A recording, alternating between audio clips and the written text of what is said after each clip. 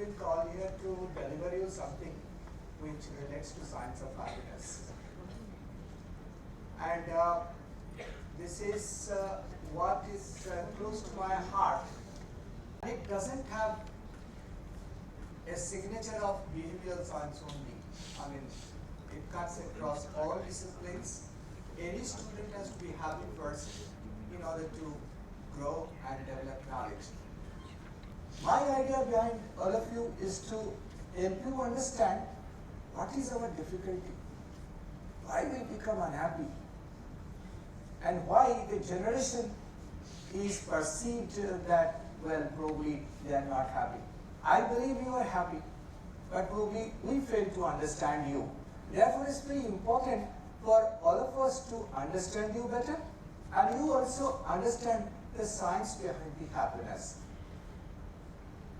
And I, being a person in the field of neuroscience and cognitive science, understand that in order to be happy, unless you know the science behind it, probably will never be happy. Let me give you a small example. Our research on functional MRI, magnetic resonance imaging, have proved that throughout the day, 95 to 96% of our thoughts are repeats. Repeat thought. Same thought keep on coming. And with every thought, we lose glucose in the brain. We lose energy in the brain. Remember, if we have same thought repeating throughout the day, over 90% of the time, how much time will I have, how much energy will I have in my brain to learn, to innovate? We live out only with 4 to 5% of our energy. So the basic idea behind talking to you next 1 hour would be to let you know that don't get swayed by the idea how to be happy. In fact, I have come here to take you out of the pleasure trap, to give you a happiness trip. The pleasure trap is something which is forcing us to move away from happiness. So that's the reason why I have decided to come here. But before I talk to you, let me tell you, I teach in IIT Kharagpur, and there's a massive, insurgence of the thought that with every science, right from medical to engineering sciences, the wellness as a concept must be understood in order to learn the core concept that you are actually dealing with. So we deal with people from cryogenic engineering, electrical, with medical science. We have got medical college also with medical science. Everywhere people believe that having a core career and success in it will actually give you a lot of happiness, which is not true. You can't have one career for yourself. You have to have a career for your life as well. Remember, career is within life, life is not within career. So unless you understand what life is all about, your push to develop, grow intellectually, develop yourself will not come up unless you think horizontally that what is all about life. So my idea today is to tell you why with career life is equally important, and why creating happiness for others is equally important in order to become happy. Because if you want to be happy, you will keep on chasing it. You will never get it. As long you don't create it for others, you would not be happy. So the purpose of having education is to create happiness for others, not to get a job only. Therefore, the kind of misconceptions that we have in our day-to-day life, I can give you some examples. Many of us believe that money can buy happiness. Actually, money cannot buy happiness. And I don't know whether you have heard the name of Daniel Kahneman. He's a neural laureate actually. just 3 weeks back, he left only. His research suggests that after getting a decent salary, which is $75,000 per year in United States, any amount of money that you gain and find will not add to your happiness. It will come up with some degree of stress for you. So money is important, but not having money doesn't bring sadness for you as well. This is a misconception. So we have got many misconceptions. We believe that if I get a dream job, my life would be very happy. Let me tell you, if you are planning to have a dream job for about, you think that, well, if you get 15 lakhs a year, it will be a dream job for you.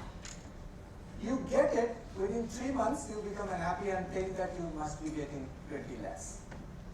15 lakh is too low for you. So you will never be happy with your dream job. You will never be happy with 1 or 2 choices. You believe that you must get multiple choices in life.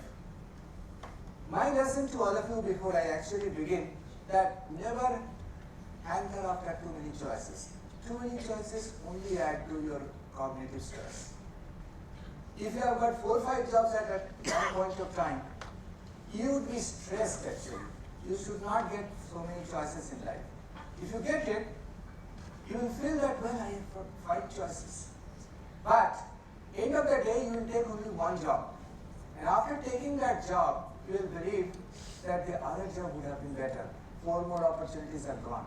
We call it apprehension of hypothetical missed opportunity. You always think that I have missed out something. You never look into the gain you make. You always look at the opportunities that you have missed. So what you people call as, students call as FOMO, that fear of missing opportunities, actually is apprehension of hypothetical missed opportunity. And I listen to my IIT students also. They keep on saying that, well, probably they should have gone somewhere else and would have done better. ऐसा कुछ नहीं है, ऐसा कुछ नहीं है. Whatever you do, if you do it with a quality work, it actually will give you happiness. Most people believe, because what happens in IIT, I tell you, my experience, I have been teaching in many IITs, people are toppers in their own classes. All people are toppers in their own schools. But when they come to an institute like SGTU or IIT, hey, everybody is a topper. You can't remain at the top all the time. You have to go down at some point of time. So when you go down, you believe that you have taken a wrong choice. You have made a wrong choice. So you keep on repenting.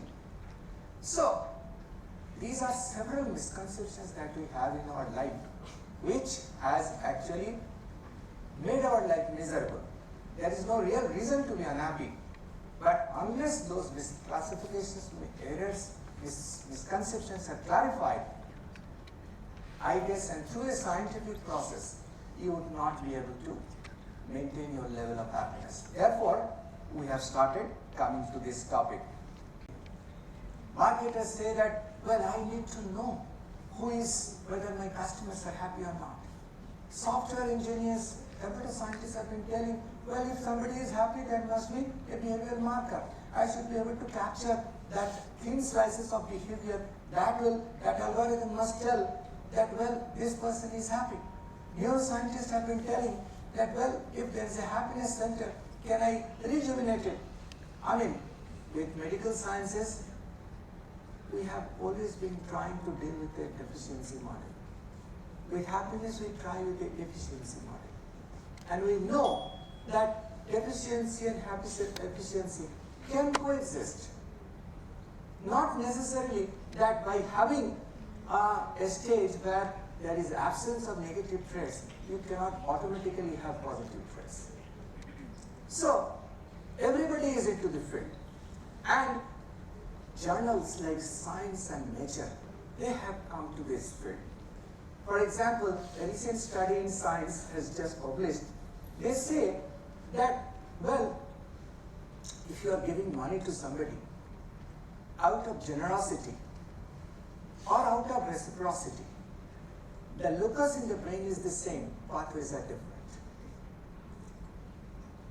The understanding is that your mental state of happiness could be understood through studies involving electrophysiology, neuroimaging. All kinds of studies are into the process, and they are actually coming up with a lot of research into the field. So this is not a field limited to psychologists, limited to behavioral scientists. It's actually meant for everybody else, and that's why I thought I would come and try to address all of you. And then comes World Happiness Index for India. India has been perceived as a very unhappy country. I'm sure you all know.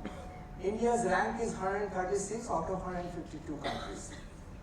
Why this happiness index has been developed? Because United Nations has said that GDP is not the criteria of governance. Criteria of governance is citizens' wellness. The citizens' perceived wellness. And toward that extent, we found that our level of happiness has been very poor. Now, so every country in the world is now into the game of happiness. Everybody wants to increase the wellness index of their citizens.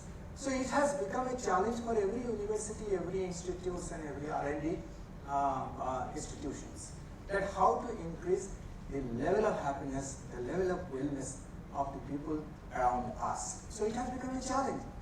We actually are not a unhappy country, but I meet many people all abroad, all outside the country. Their way of looking at happiness is living standard. And our way of looking at happiness is relationship. So we believe that if you have got a happy relationship, you are a happy person. But that is not captured by United Nations through their studies. So we object to their finding, but whatever be the case, it has actually garnered a lot of interest amongst the subjects. And finally, a collective loss of happiness during the pandemic. That has become a very important issue. Post-pandemic, there is a huge problem that we all are facing, particularly youth. There is a proximity stress, there is belongingness barrier, and there is compassion fatigue. Everything has come up. Since we all are engulfed into the whole process, we cannot realize who is actually more suffering and who is actually less suffering. Therefore, the science of happiness has become a challenge for many of us. That unless we understand and know that what happiness is all about, probably we will keep on suffering and we will never get to know this silence pandemic like unhappiness. That's the reason we are into this game. So, the science of happiness have got three purposes. Purpose number one is that we say that absence of negative traits does not mean the presence of positive traits. So, by having medical sciences, by having clinical mechanisms and modalities, we believe that if the person is at their baseline, if they do not have any problem, they are perfectly normal and they should be happy. That's not true. I do not have any problem, yet I am not happy. Yet I am not happy. So the question is that in order to promote those positive traits, it is important that we understand the science behind it. The second reason, of course, is an education system. We started in various universities throughout the world, science of happiness, with the idea that all kinds of our education is syllabus-based, content-based. We thought, let this science of happiness be context-enriched, content-limited, and intent-driven. So it's a science of context. Your happiness comes out of context. If I give you knowledge about happiness, you automatically do not become happy. So you have to understand, you have to actually study the context. So it's a content-limited, context-enriched, and intent-driven course. So you have to reach out to people in order to make them happy, create happiness for them, then only you become happy. That's the second purpose. And the third purpose that we are given is that it must give resistance-free lessons for life. Because we believe that unless we give resistance-free value addition to your life, resistance-free means if I say don't tell lies, the first question you will ask me, why should I? Everybody is lying. Why should I? You tell it to the children, beta आप झूठ मत बोलना. Children will resist. Will say, you तो सब बोलते हैं. Everybody is talking. Why do you call me? So you need to have some kind of value.